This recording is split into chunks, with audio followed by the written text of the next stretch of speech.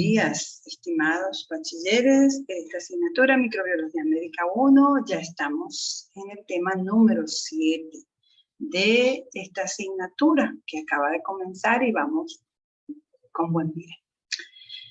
Hemos visto una variedad de contenidos y hoy vamos a comenzar con los hongos. Les dije al principio que teníamos bacterias, virus y hongos, pues como lo había prometido, aquí estamos.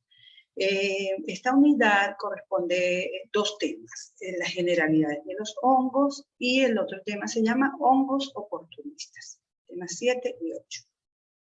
Y no precisamente de este tipo de honguitos bonitos que ustedes ven por ahí en los dibujos, sino de otro tipo de hongos que ustedes van a ver. Esto que está acá es en la vida real, de producto de coloraciones, exámenes directos con tinta china, de levaduras, etc. Muy bien. Todos sus temas van a comenzar con los objetivos. Ya les dije, mientras más objetivos, más ponderación tienen en el tema. Aquí tienen 5 objetivos de esta unidad 4, tema número 7. Son los hongos. Y en lugar de leérselas, pues vamos a comenzar el desarrollo de dicha actividad. Acá estamos. ¿Dónde están los hongos? Acá en este de los dominios de vida, el más grande, el más poderoso.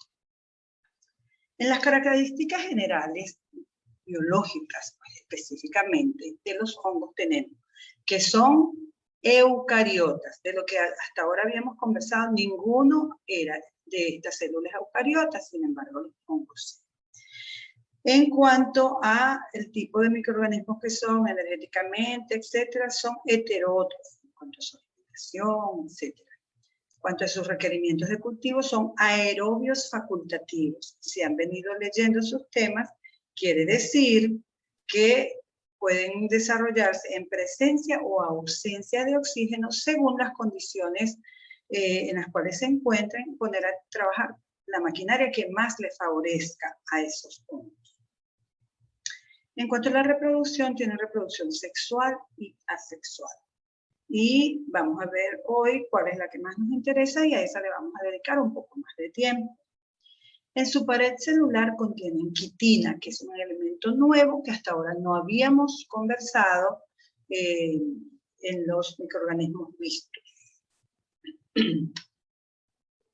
¿Por qué estudiamos hongos? ¿Cuál es su importancia médica? Okay. Bueno, sabemos que hongos hay de todo tipo. Hay hongos ornamentales, como les dije, esto es tan belleza. Es una belleza. Yo los prefiero de arcilla, de esos para los jardines. Pero bueno, aquí tenemos ornamentales, alucinógenos, medicinales, hay hongos medicinales, hay hongos contaminantes. Hay mucha gente que le gusta ir en la naturaleza y buscar, pues es bueno saber cuáles son contaminantes o no. Y hay hongos patógenos, como tal, específicamente los que nos interesan a nosotros, que son patógenos al hombre, están incluidos en este grupo.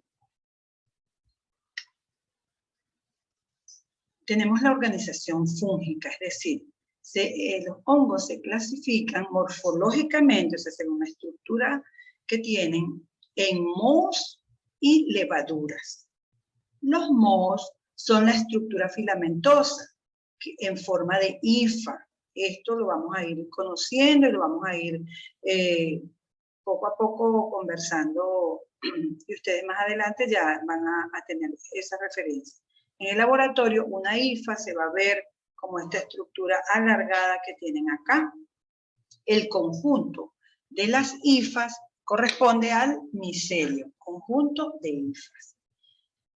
También los hongos, la forma levaduriforme o son las levaduras, se le conoce con el nombre de blastoconidias, ¿verdad? Blastoconidias o levaduras. Acá tenemos, esto es una coloración de Gram, una estructura mucho más grande que la bacteria. Esto no es un Staphylococcus, hay una poiquilocitosis, o sea, hay muchísima variedad de, son pleomórficos más bien, este término ustedes lo conocen mejor, pleomórficos, pero mucho más grandes que las bacterias, como Staphylococcus, por lo tanto, y son más ovalados, algunos están en gemación, etc. Esto es como se ven en las placas ¿verdad?, específicas, medios de cultivo, y así se ven las colonias de las levaduras. Y así arriba se ven las colonias de mohos. Nosotros seguramente todos hemos visto alguna vez un moho en un frasco de salsa que compramos alguna vez para hacer pizza y la dejamos en la nevera, y cuando abrimos la próxima vez nos asombramos. ¿Por qué? Porque tenemos allí una estructura mohosa, ¿verdad?, o en los panes con la humedad, etc. Eso es gracias a las levaduras, perdón, a los mohos que pueden crecer en dichos. Y estas son las placas con los medios de cultivo. Hay mohos con pigmentos, hay mohos sin pigmentos, muchas veces de acuerdo a la madurez del moho, al tiempo que tengan creciendo, se van a ver de colores blanquecinos, verdosos, oscuros, rosados, así que no se asusten la próxima vez, pero sí descarten.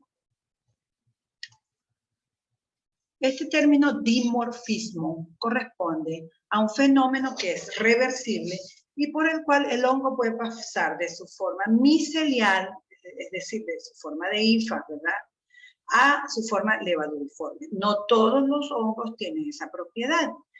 Y esto ocurre influenciado por los cambios de temperatura. O sea, un mismo hongo, un mismo organismo puede mostrarse en forma de moho a temperatura ambiental, 26, 28 grados centígrados, o puede mostrarse en su forma levaduriforme a 37 grados, que es la temperatura corporal. Entonces, cuando estamos estudiando un hongo que es dimorfo, tenemos que saber qué es lo que buscamos en el examen directo, porque viene de una persona que la temperatura corporal es 37. Entonces no vamos a estar buscando un moho en un examen directo, una estructura correspondiente a un moho en un examen directo. Esto lo van a ir viendo porque tienen en quinto y sexto semestre microbiología médica 2. Muy bien. Todo, como ya les mostré, las bacterias y los virus tienen partes estructurales específicas y tienen sus funciones. La célula fúngica, entonces, consta de una pared celular, ¿verdad? Una pared celular, como ya les dije, que ambos son hongos, tanto la estructura micelial como la estructura de levadura. Entonces, todos tienen su pared celular donde hay quitina, elemento que no teníamos anteriormente.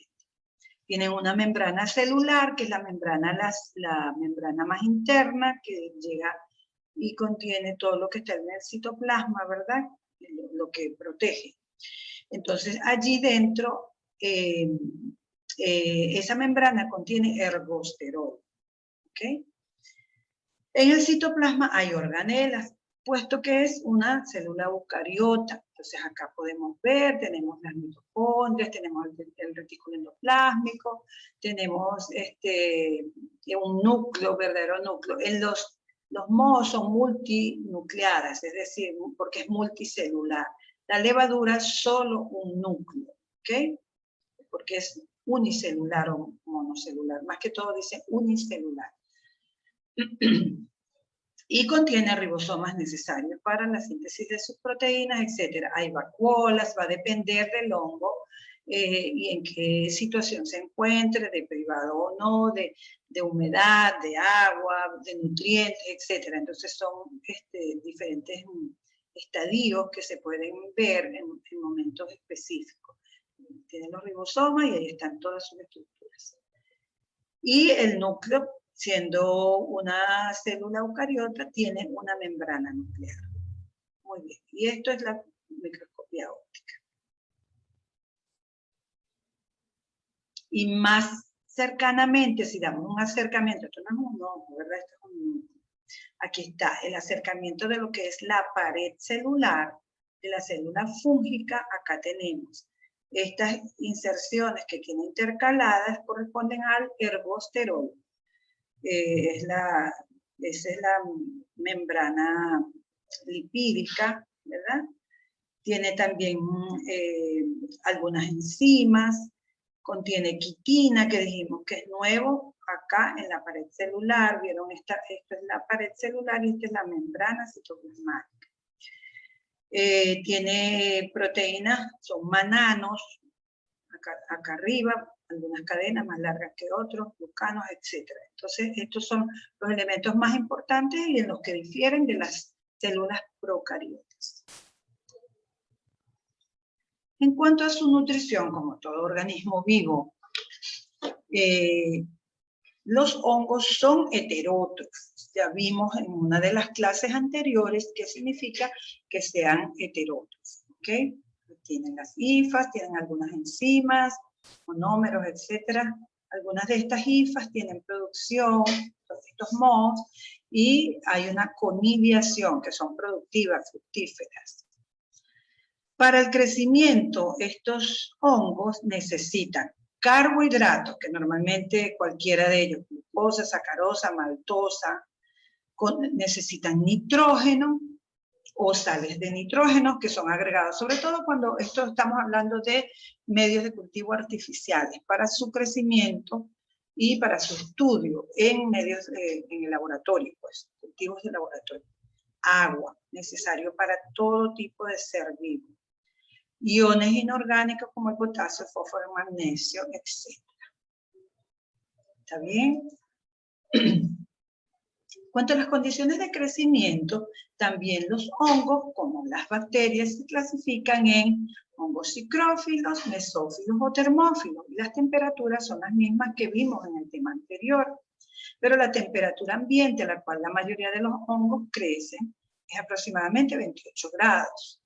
Celsius. Sabemos que si estuviéramos en Maracaibo, en Puerto Ordaz, no sé, en Acarigua, en las ciudades un poco más cálidas, calientes, el hongo tendrá que adaptarse a 30, 32, 34, no sé, grados.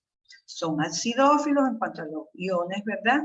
Entre 5.6 y 6.8. Sabemos que las bacterias, o bueno, el pH del organismo humano es más neutro, que sería aproximadamente 7 a 7.4. Y en cuanto a sus requerimientos de oxígeno, dijimos que eran aerobios / anaerobios facultativos, es decir, anaerobio facultativo es que tienen la facultad de crecer en ambos. Ya les dije, de acuerdo a lo que tenga, ¿verdad? Se adapta. Entonces vamos a ir estudiando poco a poco, un poco más profundamente, ¿verdad? Los tipos de hifas. Es decir, morfológicamente ya dijimos que eran filamentosos. Bueno, aquí está, multicelular o pluricelular. Por eso veíamos varios núcleos allá. Cuando se divide esa hifa, entonces van a tener núcleos en cada uno de ellos. Acá tenemos estas hifas, unas que son más tortuosas, unas que son más hialinas, unas que son un poco más con pigmentos, pero al fin y al cabo son hifas, ¿verdad? Ustedes ven ahí una estructura medianamente tabicadas, ¿vieron los tabiques? Acá. Si usted corta acá y corta acá, se genera de todas maneras el crecimiento de dicha hifa. Y los tipos de levadura, que es unicelular, estas son levaduras. Esta es una levadura, ¿cómo es la palabra? Una levadura perfecta, llamémosla así. Y es una levadura encapsulada. Esta levadura corresponde a Cryptococcus neoformans, ¿verdad? Una levadura que es bien pequeña y que la cápsula es bastante grande. Y esto está visto con tinta china, así como lo pueden oír, tinta china, una gota de tinta china y se toma. Normalmente es líquido cefalorraquídeo. Estas son levaduras que causan problemas a nivel del sistema nervioso central, en pacientes inmunocomprometidos, etc. Entonces, una gota de esa tinta china con parte del fluido como líquido cefalorraquídeo, normalmente centrifugado para tratar de concentrar pues, si hay presencia de levaduras. Entonces lo vemos en microscopio óptico con aproximadamente 10, 20, no más de 40, normalmente 20 el objetivo, ¿verdad? Para ver 20X, para ver estas estructuras. Y estas levaduras, ¿verdad? Esto lo podemos ver en fresco con unas soluciones, ya vamos a ver en el diagnóstico, les voy a hablar mejor. Porque tienen levaduras gemantes, ¿verdad? Están gemando. Quiere decir que así se van dividiendo. Una de las formas de reproducción es mediante la gemación. Y acá tienen estas, ¿verdad? Aquí tienen como Saccharomyces cerevisiae, miren cómo van gemando. Estas son las levaduras. Según el tipo de hifa, por su origen, puede ser hifa verdadera o pseudo-hifas. ¿Okay? Esto es una hifa verdadera, ¿verdad? Esto que se ve completamente alargado, las paredes son paralelas, no se unen. Hay un tabique, pero ellas no se unen. En cambio, en la pseudo-hifa, perdón, se va, ¿verdad? Cuando se va cerrando, nuevamente se abre y sigue gemando, y por eso se le llama pseudo-hifa. Normalmente estas son las blastoconidias, las levaduras, y estas son los mohos. Y por su función, ellas se clasifican en un micelio vegetativo. Esto es un crecimiento allí de un contaminante que pudo haber llegado a un tejido, a una uña, a una piel, etc. Pero es un micelio vegetativo mucho más sencillo de curar que un micelio reproductivo que tiene específicamente un género, una especie, una forma de conidiación, una estructura específica, que hay que darle un tratamiento mucho más prolongado, porque ellos, los hongos, son parte de prácticamente todas nuestras familias. Todo el mundo cuenta cuántos miembros familiares tiene, cuentan el perro y todo, pero no, nadie cuenta los hongos. Y en toda familia, en la mayoría de las familias hay hongos. Usted mire los pies, mire las uñas, en el área interdigital de los pies, si hay un poco de abrasión, ¿verdad? Entre los pies, ahí hay pie de atleta, no porque vaya a competir, sino porque tiene un honguito por allá. Entonces eso es por su origen y por su función. Por la ausencia o presencia de pigmentos se clasifican en hongos hialinos como estos, incoloro, ¿verdad? Sin ningún tipo de pigmento, y hongos dematiáceos. Este dematiáceo es un hongo que se muestra de color oscuro sin agregar ningún tipo de colorante. Nosotros ahorita cuando veamos el diagnóstico de los hongos vamos a ver que en muchos de los casos tenemos que auxiliarnos con una coloración de tinta Parker o algún tipo de estos colorantes específicos porque son tan hialinos que no se ven. Sin embargo, hay otros hongos, cuando estemos en presencia de ciertas lesiones, cuando se sospecha según el área epidemiológica de dónde viene, porque allí se conoce que es endémico ciertos hongos, entonces no se le agregan esas tinturas, sino que se ven de manera natural y así se van a ver el micelio pigmentado, un pigmento marrón.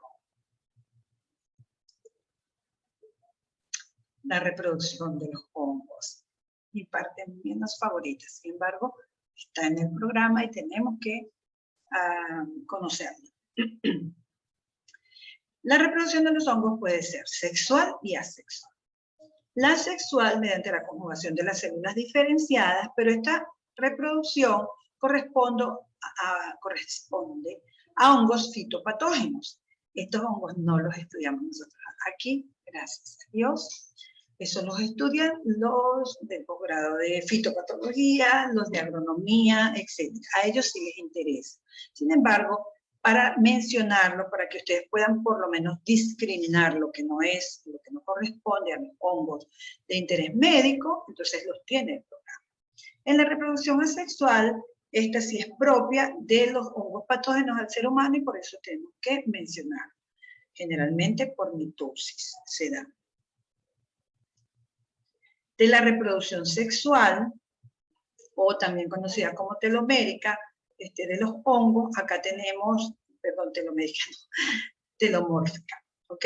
Acá tenemos entonces las imágenes, pero como les dije, en realidad, mediante la copulación de los plasmogametos, o la copulación gametangial, pero estos, como no los vamos nosotros a necesitar por somatogamia, etcétera, entonces esto es más o menos lo más profundo que vamos a llegar de los hongos en cuanto a la reproducción sexual. Pero la reproducción asexual de los hongos, si es necesario que profundicemos un poquitico más. No requiere de la unión de los núcleos, ¿verdad? Y asegura que haya propagación sin que haya pues, la recombinación nuclear. Estas son imágenes, pero acá se las tengo mejor. Tenemos de los tipos de reproducción asexual por gemación, lo que yo les estaba mostrando. Esta es una levadura, ¿verdad? Entonces va a hacerse una gemación que también en dicha gema va a dar origen a una célula hija y va a ir toda la información que correspondía a la célula madre. ¿Okay? Esto sería la reproducción asexual en hongos por gemación. Hay una que se conoce como la esporulación. En la esporulación, entonces, tenemos esta presencia de estas esporas que tienen una doble cubierta y cuando la célula está lista, entonces esas esporas son liberadas al medio externo. Por eso, cuando le favorece en un ambiente la humedad, la oscuridad, la temperatura de dicho ambiente y estamos cerrados por una pandemia de tanto tiempo, cuando abrimos esa puerta muchísimas veces empezamos a estornudar. ¿Por qué? Porque estas esporas constituyen un alergeno. Y gracias a Dios estornudamos porque va a evitar que esas esporas puedan llegar al pulmón, por ejemplo, y en una persona inmunocomprometida pueda enfermarse. O, lo que es peor, que sea un hongo patógeno en un hongo ambiental más inocuo y que entonces dichas esporas más adelante den origen a una enfermedad seria por un patógeno de esos bien comprometidos que vamos a ver sobre todo en sexto semestre. Entonces acá teníamos esa hifa, ¿verdad? Ese tallo, aquí tenemos esto es esporangiosporas. Aquí tenemos las esporas y eso es todo en los aires acondicionados, cuando usted abre, cuando usted sacude. Usted puede que sea muy alérgico al polvo, a los ácaros, pero cuando hay moho, usted siente el olor específico y tal. Siempre donde haya el olor a humedad va a haber esporas de moho. Existe otro medio mediante la fragmentación, ¿verdad? Una hifa vegetativa puede dar origen, ¿verdad? Mediante la fragmentación a estas artrosporas. Y cada una de estas artrosporas, a su vez, generar la hifa hacia los lados y comenzar ese entretejido que va a dar la visión macroscópica que tenemos de esos mohos. En la reproducción asexual, entonces, esto no es más que la profundización de lo que ya estamos hablando. El nuevo organismo se forma así, en forma de yema, gema, más o menos, yema o gema, se conoce eso. Cuando se desprende, se lleva toda esa información, ¿verdad? Y luego puede formar unas colonias. Estas blastosporas, pseudohifas, porque como vienen de una levadura, nunca llegan a ser hifas, son pseudohifas. Uno de los géneros más característicos de las levaduras que ustedes van a encontrar y donde están incluidos hongos patógenos, también hongos que son parte de la flora normal. Nosotros vamos a ver un tema 16 que corresponde a la microbiota residente, el microbioma, cómo está compuesto, y parte de los organismos que colonizan de manera natural son los hongos, solo en muy mínimas cantidades y en áreas específicas. Cuando sobrepasan, aumentan por diferentes razones, colonizan la zona, entonces ya ahí dejan de ser y van a ser oportunistas y mañana o sea, en la próxima clase conversamos sobre eso.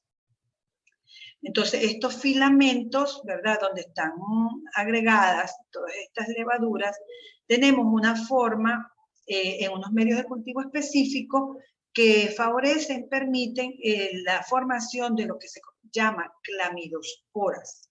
Estas clamidosporas, que son esta doble pared, esta estructura más redondeada de doble pared, estas son en las terminaciones de dichas pseudohifas, son diagnósticas ya. Nosotros tenemos un cultivo, tenemos la colonia y esa colonia la ponemos en un medio específico que se llama bilis agar o en un caldo, un suero muy nutritivo. Ese suero me va a permitir, por la cantidad de nutrientes, que se desarrollen estas clamidosporas. Si yo tengo la presencia de esto o las tubos germinales en el suero y en el bilis agar, estas clamidosporas, yo puedo decir que estoy en presencia de la especie Candida albicans. Si no se forman las clamidosporas, entonces tengo que buscar cuál es la conidiación y otras pruebas bioquímicas en cuanto a los carbohidratos, si utilizan o no maltosa, lo que vimos ahora, glucosa, etc. Y vamos a hablar de otras especies de género Cándida. Y así es como se ven en el laboratorio. Este es un dibujo en el laboratorio, ¿verdad? Con una gota de, puede ser azul de lactofenol. La esporulación, por otra parte, se realiza con la formación de esporas y luego aquí vamos a ver las divisiones sucesivas que se muestran.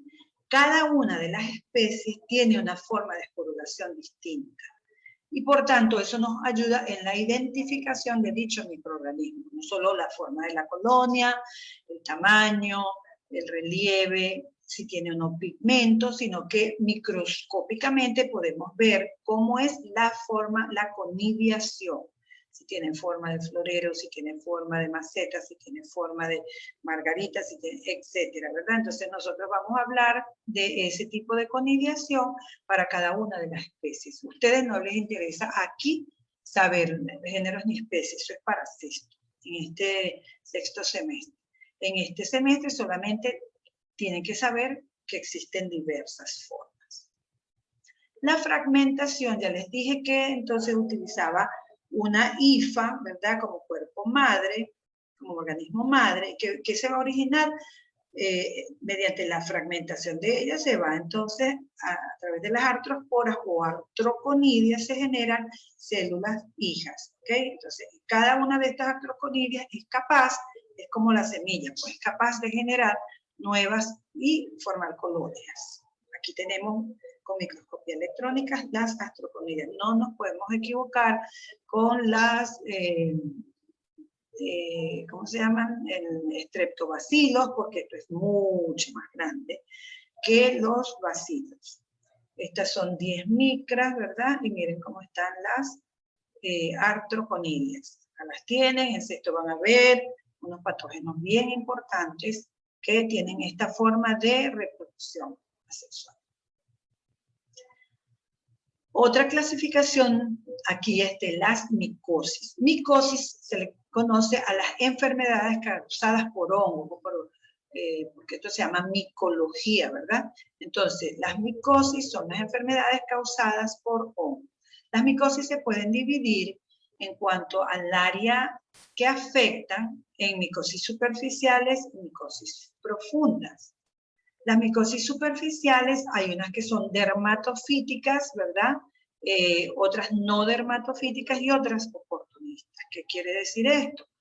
Unas que son propiamente dicho, que afectan la dermis, ¿verdad? Unas que no afectan la dermis, pero que siguen siendo superficiales, porque utilizan, por ejemplo, pelo, uñas, etc. Y las oportunistas, que son aquellas que pueden traspasar esa barrera, que es la piel, ¿verdad? El órgano más grande que tenemos, y bueno, llegar a donde no tendrían que estar. Las micosis profundas, a su vez, se clasifican en granulomatosa localizada y micosis granulomatosas sistémicas. Quiere decir que ellas pueden alcanzar cualquier órgano, ¿ok? Cualquier órgano, y las oportunistas, como siempre, están metidas en todas partes. Aquellas que no tenían que llegar, pero llegaron por accidente. Ellas no piden estar allí, pero si una persona está intubada, está alimentación por sonda, y tiene una válvula, un paciente que se dializa semanalmente, etcétera, y tiene unos instrumentos que sirven para su tratamiento, ¿verdad? Profiláctico, entonces en eso puede estos micosis llegar a desarrollarse. Tenemos diversos métodos diagnósticos para el laboratorio que nos ayudan a identificar los tipos de hongos. ¿Ok? Primero, prácticamente todas las áreas de nuestro cuerpo, ¿verdad?, pueden ser afectadas por ellos. Unas, las que son profundas, afectan los órganos más internos, etcétera, y las que son superficiales, los externos. Piel y anexos serían escamas de piel, detritus unguial, que es todo eso, porque las uñas se muestran hiperqueratosas, ese grosor, ¿verdad? Porque las personas empiezan, no, eso fue tal cosa, y se los dejan. Muchas damas no, porque obviamente que queremos mantener nuestras uñas arregladitas, etc. Entonces, si somos muy cuidadosos, no hay este problema. Pero en los hombres es mucho más común, porque ellos casi siempre andan calzados. Y esto favorece las medias, el zapato oscuro, la humedad, casi no se lavan los zapatos de goma, los zapatos de cuero, etc. Bueno, entonces este se conoce como hiperqueratosidad, y eso, cuando lo humedecemos, todo eso que está ahí es el detritus unguial. Pelos, cabellos, ¿verdad? Sea del cuero cabelludo, de cualquier otra área anatómica donde haya cabellos, pelos. Y biopsias de piel también se logran hacer cuando hay unas lesiones específicas, se pueden hacer biopsias de piel o raspado de las escamas de piel afectadas. Las mucosas, obviamente, también pueden ser afectadas. Por ejemplo, la mucosa oral, la faringe, la mucosa nasal, oftálmica, la vulva, el pene, el área perianal. También albergan este tipo de microorganismos y puede, si no somos cuidadosos, desarrollarse una micosis de este tipo. Esto que está acá es el ojo. Imagínense ustedes cómo un hongo puede afectar el ojo y alguien no darse cuenta. No ir al médico, no buscar ayuda. Las muestras pulmonares pueden ser esputo directamente para las personas que están en capacidad de expectorar, pero hay niños, hay personas que están encamados, que están en un coma, etcétera, que tienen una producción bronquial y no la pueden secretar o no pueden expectorar, entonces se le hace un lavado bronquial o bronquialveolar, un cepillado bronquialveolar, depende. Los fluidos biológicos, líquido cefalorraquídeo, líquido sinovial, líquido pleural, exudados, en todos estos se puede investigar hongos de acuerdo a las características de la enfermedad y también a los datos epidemiológicos. Son muy, muy importantes acá. Cuando estén en sexto van a aprender a hacer historias, examen clínico, y el examen epidemiológico no lo pueden dejar a un lado. Ayuda mucho, orienta mucho en el diagnóstico. Otras muestras para su estudio puede ser orina, sangre, médula ósea, catéteres, sondas, etc. Estas serían las muestras donde podemos buscarla. ¿Cuáles son los pasos para el diagnóstico micológico? El primer paso del diagnóstico micológico es el examen directo. Luego del examen directo, o sea, esto es para el cultivo. El diagnóstico micológico se da mediante el cultivo micológico de las muestras de las áreas afectadas de dicho paciente, ¿verdad? Se hace examen directo, se cultiva en los medios específicos, se le hace sus pruebas bioquímicas y bueno, aquí no se hace antibiograma puesto que no es bacteria, pero por lo menos eso que tenemos acá. Puede haber también un diagnóstico histológico, o sea, puede hacerse un diagnóstico micológico o orientarse, porque en verdad la muestra, perdón, el gold standard, la prueba de oro, es el cultivo micológico. Pero el histológico puede ayudar, puede orientar. Podemos hacer una biopsia y si es histológico, vamos a ver coloraciones en histología, muchas de ellas que ustedes ya han conocido, han visto cómo se puede ver un hongo específico en una muestra. Y dice sugestivo de tal cosa y lo envían al microbiólogo para que le haga su cultivo. El diagnóstico inmunológico, entonces, se puede hacer por inmunodifusión, pruebas de aglutinación, etc. Puede hacerse incluso por anticuerpos, o sea, para las micosis profundas, generalizadas, como criptococosis, histoplasmosis, que tienen que haber escuchado alguna vez, se utilizan entonces pruebas inmunológicas, se buscan anticuerpos, a ver si hemos estado en contacto y tenemos anticuerpos, pero sobre todo se hacen estas pruebas específicas.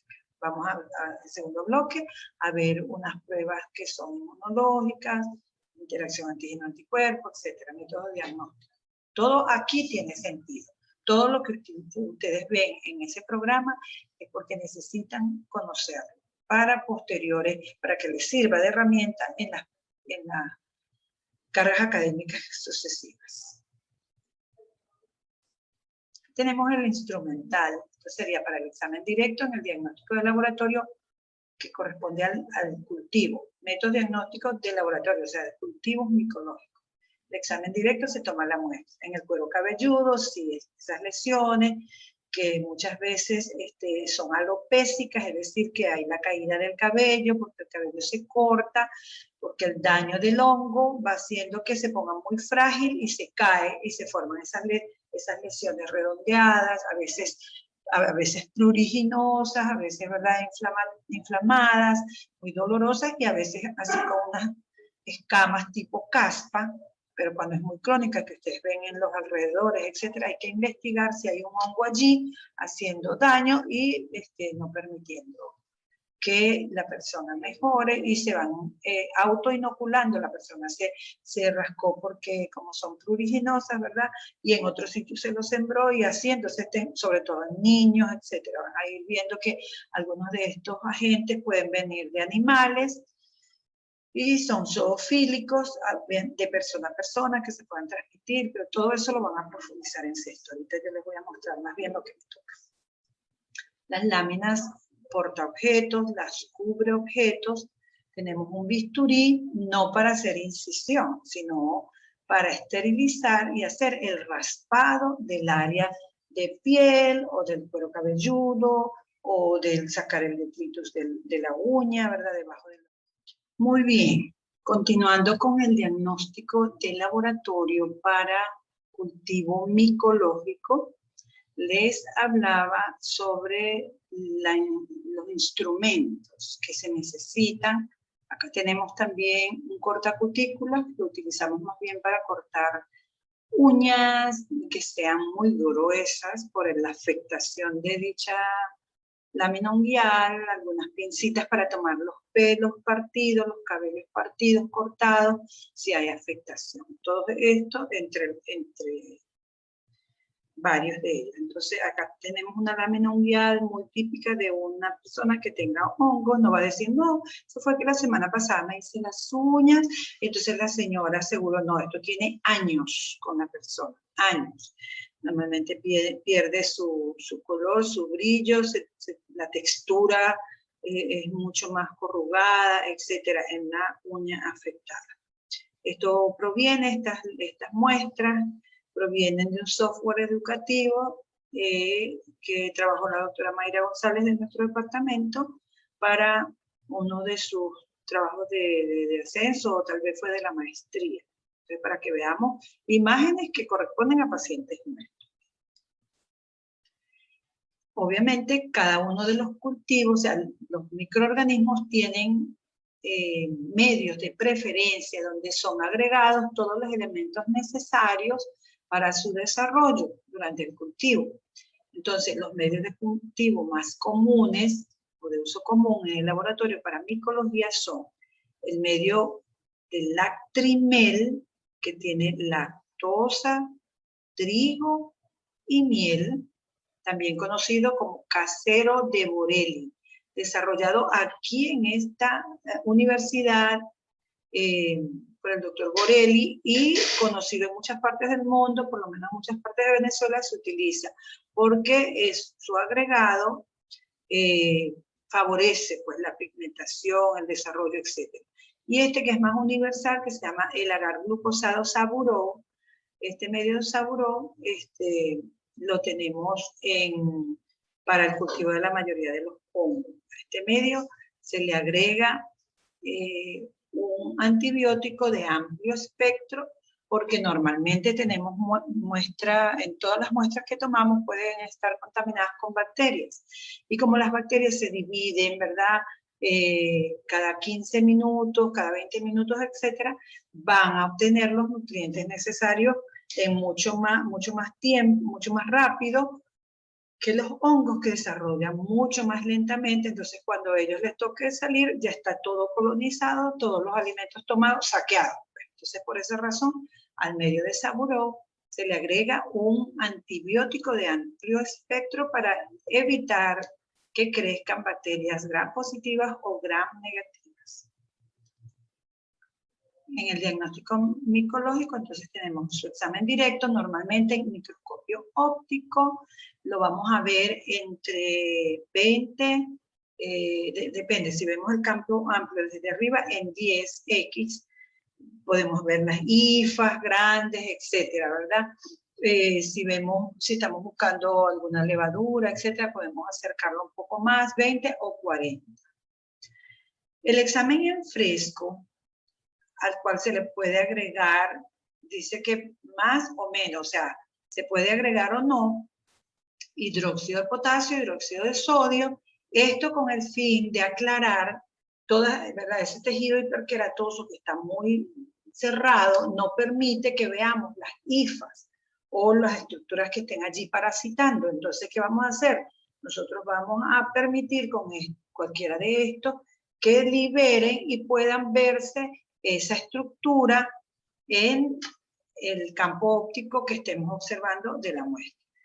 En el fresco, al fresco entonces se le pone el hidróxido, una gotita de tinta Parker, sí, como lo dice esa es una marca de las tintas que se usaban antes para las plumas, que a alguien se le ocurrió, se le agrega para colorear, ¿verdad?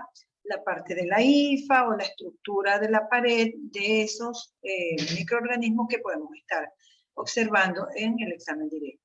También se puede hacer la coloración de Gram si hay un exudado, por ejemplo, en la boca, en las mucosas, y en esa coloración de Gram podemos ver normalmente las levaduras. Las hifas no se observan así tan fácilmente. La tinta china, no se le agrega todo esto, sino que hay una tinción de tinta china para cuando sospechamos que pueda estar en presencia de levaduras como criptococos, la que le mostré antes, y el azul del lactofenol, que es otra preparación coloreada, es usada para cultivo, es decir, ya tomé la muestra, ya lo sembré en los medios apropiados y cuando tengo la colonia, varios días después, esto puede tardar una semana, 2, dependiendo de cuál hongo estemos buscando, entonces allí podemos agregar el azul del lactofenol y nos va a ayudar a ver la conidiación, las hifas, etc. Y para muestras histopatológicas hay coloraciones especiales, como la coloración de Giemsa, hay otras coloraciones con naranja de acridina, etc. Pues, pero a nosotros nos interesa lo que nosotros hacemos en el laboratorio de microbiología. El cultivo entonces utiliza medios de saburó glucosado con o sin antibióticos. ¿Por qué? Porque nosotros sospechamos que es un hongo, ¿verdad? Y a ese le tenemos que poner antibióticos para que se desarrolle el hongo que esté presente.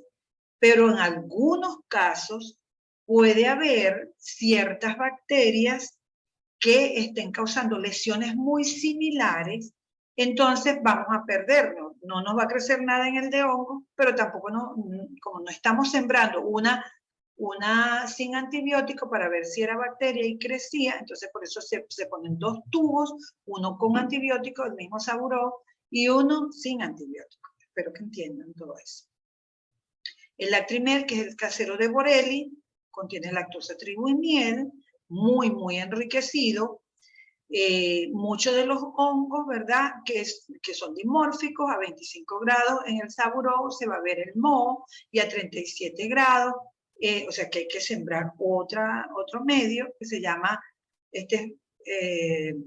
sería Brain Heart Infusion, que sería cerebro-corazón, infusión cerebro-corazón, pero esto es lo que dice en inglés, Brain Heart Infusion. Luego de que hayan crecido en los medios de cultivo, tengo que identificar de qué se trata lo que está creciendo allí. Entonces vamos a ver el tipo de moho, o sea, de hongo filamentoso, características macroscópicas primero y luego las microscópicas. Macroscópicas, cómo se ve, de qué tamaño, son muchas colonias, una sola. Tiene pigmento al reverso. Hay hongos que pigmentan color amarillo, naranja, o vino tinto, marrón, crema, etc. Y microscópicamente tomamos una muestra de allí, de esa, con mucho cuidado abrir el tubo, porque ahí hay esporas, muchas de las esporas por la reproducción asexual que dijimos. Entonces se agrega la gota de azul del lactofenol y un poco de ese raspado del moho, se aplasta entre lámina y laminilla y lo vemos. Y ahí vamos a ver las conidiaciones, si parece un cofrecito, un florerito. Entonces, cada uno de nosotros busca la propia forma de decir, el que crece así, dibujadito, es tal cosa, y así. Las levaduras, hacemos pruebas bioquímicas, formación de tubos terminales en suero, que es lo que les dije antes. A las 4 horas de haber inoculado ese suero con la muestra del paciente, tomamos muestra y vemos entre lámina y laminilla, y allí vamos a ver si hay los tubos germinales y podemos decir, oh, wow, es Candida albicans, lo que tenemos acá. O las blastosporas se siembran en bilis agar y esto sí dura entre 48 y 72 horas para formar las clamidosporas, que son de doble pared muy gruesa. Y bueno, allí tenemos el diagnóstico de Candida albicans. Hay unos medios de cultivo especiales que se van a ver las colonias pigmentadas, una de azul, una de verde, una de color como vino, y entonces esto de una vez me dice cuál de las especies de Cándida. Pero es costosísimo, y como nuestros pacienticos del hospital nunca tienen para colaborar y dicen, ay, no podemos. Aquí teníamos un centro de referencia buenísimo, pasábamos consulta, todos los médicos, todos los microbiólogos que tenemos acá en la sección, y bueno, pero ahora cuesta muchísimo hacerlo porque no hay quien provea los medios y la gente no puede colaborar. Y el test de filamentación para ver si hay o no unos filamentos que se forman, que es como si fuese albúmina de huevo, que se ve, pero esas son cosas más específicas de cesto. Colorín colorado, aquí esta clase se ha acabado. Entonces, eso era el tema número 7. Esto es en Cachamay, por allá en Puerto Ordaz, puesto la profesora Luisa Morantes, que era quien antes daba, era de su dominio la parte de los hongos. Ella es de Puerto Ordaz y entonces nos trajo algo de esta bellísima zona. Hay viajes en catamarán y llegan cerquitica, y se ve bien rico. No son las del Niágara, pero bien bello, bellísimo. Muchas gracias.